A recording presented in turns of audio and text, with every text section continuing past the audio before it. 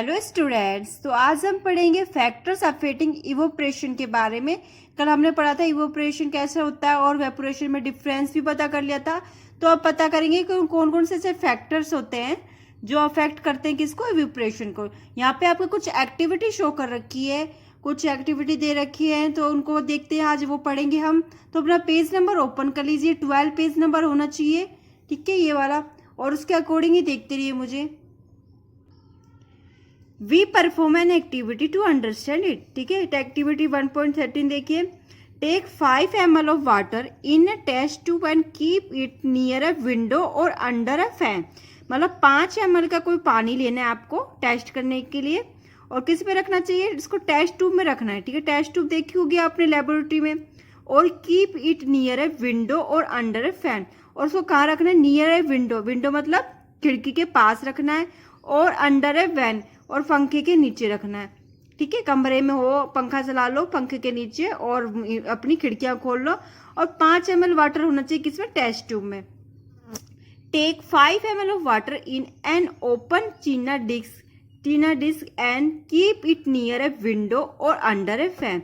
अब क्या करना है, 5 ml वाटर और लेना है, उसको क्या करना है, ओपन करके रखना है। और ओपन करके चीना डिस्क भी एक ऐसी होती है जिसके थ्रू आप आना लेबोरेटरी में होती है, उसमें उस and keep it near a window of और अंडर ए फैन, उसको भी ऐसे रखना है। Take 5 ml of water in an open china dish and keep it inside a cupboard और on shelf in your class. अब क्या कह रहे हैं इसमें, 5 ml वाटर और लेना है, और क्या करना है, ओपन चीना डिस्क में लेना है, और अब करना है इसको इनसाइड रखना है, एक कप बोर्ड रखना है, और on shelf in your class, अपनी उस क्लास के अंदर रख लो। रिकॉर्ड द रूम टेम्परेचर, और टेम्परेचर को रिकॉर्ड करिए कि आपके रूम का टेम्परेचर कितना है। रिकॉर्ड द टेम्परेचर और days taken from the evaporation, और रिकॉर्ड करना है टाइम्स को और डेज को कि कितना टाइम ले रहा है इवोपरेशन की प्रोसेस होने को। Process in the above cases, और जो प्रोसेस होती है वो उस केसेस की कौन कौन सी प्रोसेस हो रही है उस वाटर में। Repeat the above 3 step of activity on A rainy day and record your observation. अब क्या करना है, रिपीट करना है तीनों एक्टिविटी स्टेप्स को और एक्टिविटी को रेनी डे मतलब बरसात के दिनों में, एंड रिकॉर्ड करना है आपका ऑब्जर्वेशन, मतलब कि आपने क्या क्या उसके क्या क्या सिम्टम देखे, आपको क्या महसूस हुआ, उसको रिकॉर्ड करना है, उसको लिख लेना है। What do you infer about the effect of temperature, surface area and wind velocity on evaporation. तो आप क्या देखते हो कि वो कौन कौन इफेक्ट पड़ रहे हैं, टेम्परेचर मतलब तापमान पे क्या इफेक्ट पड़ रहा है, जैसे कि आपका कभी ठंडा है, गर्म है। सरफेस एरिया किसका, सरफेस एरिया का। और वाइंड वेलोसिटी, वाइंड मतलब हवा की वेलोसिटी कैसी, स्पीड कैसी है, ऑन इवोपरेशन की प्रोसेस के थ्रू, इवोपरेशन के दौरान क्या आप जो प्रोसेस कर रहे हो ना, इवोपरेशन की जो इफेक्ट पड़ रहे हैं, उसके फैक्टर पड़ रहे हैं, उसमें देखो कि टेम्परेचर कितना है, वाइंड मतलब हवा की वेलोसिटी की स्पीड कितनी है, और ना उसके बारे में। अब देखो ऑब्जर्वेशन, इसका ऑब्जर्वेशन क्या निकला, as the surface area of test tube is less hence less water will evaporated from test tube. मतलब क्या करा है, जो सरफेस एरिया होती है जो टेस्ट ट्यूब की, लेस मतलब कम है, इसलिए लेस वाटर विल एवोपरेट, और वो क्या होता है जिसके कारण कम पानी इवोपरेट होता है, ठीक है, भाप के रूप में उड़ेगा। फ्रॉम टेस्ट ट्यूब, किसमें, टेस्ट ट्यूब में। So it will take a long time for evaporation, और ये क्या करेगी, बहुत लंबा समय लेगी इवोपरेशन के लिए। The surface area of 5 ml of water taken in to china disc is same, but one china disc is kept near window or under a fan, while the other one of kept inside a cupboard। अब जो surface area होता है 5 ml water जिसको हमने लिया था चीना disc में, ठीक है, उसमें क्या होता है सेम, बट दोनों सेम रहती है, पर क्या है, one china disc is kept in near a window, एक चीना डिस्क कहाँ रखी है, विंडो के पास रखी है, अंडर ए फैन मतलब फैन के नीचे। और दूसरी चीना डिश होती है ना, वो कहाँ पर रखी है, कैप्ड इनसाइड द कपबोर्ड के अंदर रखी है। अब देखो क्या होता है इसमें, here the water in the china dish which is placed near window और अंडर द फैन। जो चीना डिस्क का पानी होता है जिस अपने विंडो के पास रख रही है, फैन के नीचे रख रही है, वो क्या होती है, विल एवोपरेटेड मोर क्विकली, मतलब अधिक तेजी से एवोपरेट हो जाता है, मतलब कि उड़ जाता है भाप के रूप में।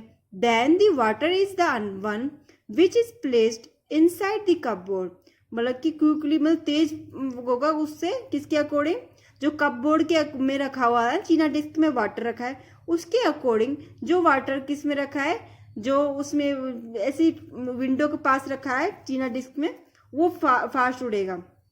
इन rainy days the humidity is high so that evaporation will take long time, जो उस बरसात के दिनों में होता है तो ह्यूमिडिटी मतलब उमस होती है ना अपने, जैसे कि एयर में उमस किसको बोलते हैं, जैसे एयर में नमी होती है अपने, ठीक है, जैसे अपन कहते हैं ना बरसात के दिनों में कपड़े नहीं सूखते, क्यों नहीं सूखते, क्योंकि हमारी जो एयर में क्या होती है, ह्यूमिडिटी होती है, नमी होती है, नमी के कारण वो एयर से उसको सूखने नहीं देती, टाइम लगाती है, ठीक है। तो इसके कारण क्या होगा, so that evaporation will take long time, इसके कारण इवोपरेशन होता है वो लॉन्ग समय लेता है, मतलब बहुत ज्यादा समय लेगा। कंक्लूजन, और जो क्या कंक्लूजन निकला, the rate of evaporation depended on the following factors, जो रेट ऑफ इवोपरेशन के होते डिपेंड करते हैं इन फैक्टरों के through. The rate of evaporation increasing on increase में बढ़ाता है on increasing the surface area, जो रेट इवोपरेशन का इंक्रीज करेंगे ना तो क्या इंक्रीज होता है, सरफेस एरिया, सरफेस एरिया भी बढ़ेगा। The rate of evaporation increase on increasing the velocity of wind, तो रेट ऑफ इवोपरेशन किस इंक्रीज करेंगे तो किसके बढ़ेगा, वेलोसिटी ऑफ वाइंड, मतलब हवा की वेलोसिटी वो भी बढ़ेगी। The rate of evaporation decrease, अगर रेट ऑफ इवोपरेशन को कम किया जाएगा on the increasing the humidity और ऑफ एयर, किसके कारण होएगा, जो इंक्रीज होएगा ना ह्यूमिडिटी, एयर में ह्यूमिडिटी बढ़ रही है, उमस बढ़ रही है ना, तो उसके कारण क्या होगा, इवोपरेशन धीमा पड़ जाएगा, ठीक है, एवोपरेशन धीमा पड़ जाएगा, मतलब नमी के कारण जो अपना जो होता है ना इवोपरेशन की प्रोसेस धीमी पड़ जाएगी।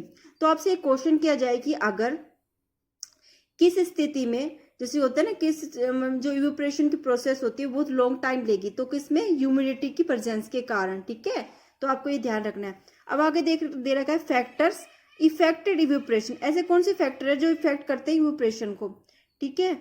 देखिए, the process of evaporation depends on the following factors, जो इवोपरेशन की जो प्रोसेस होती है वो डिपेंड करती है इन फैक्टर्स पर। यहाँ पर फैक्टर्स ऑफ पार्टिकल्स दे रखे हैं, यहाँ पर काइनेटिक एनर्जी दे रखी है।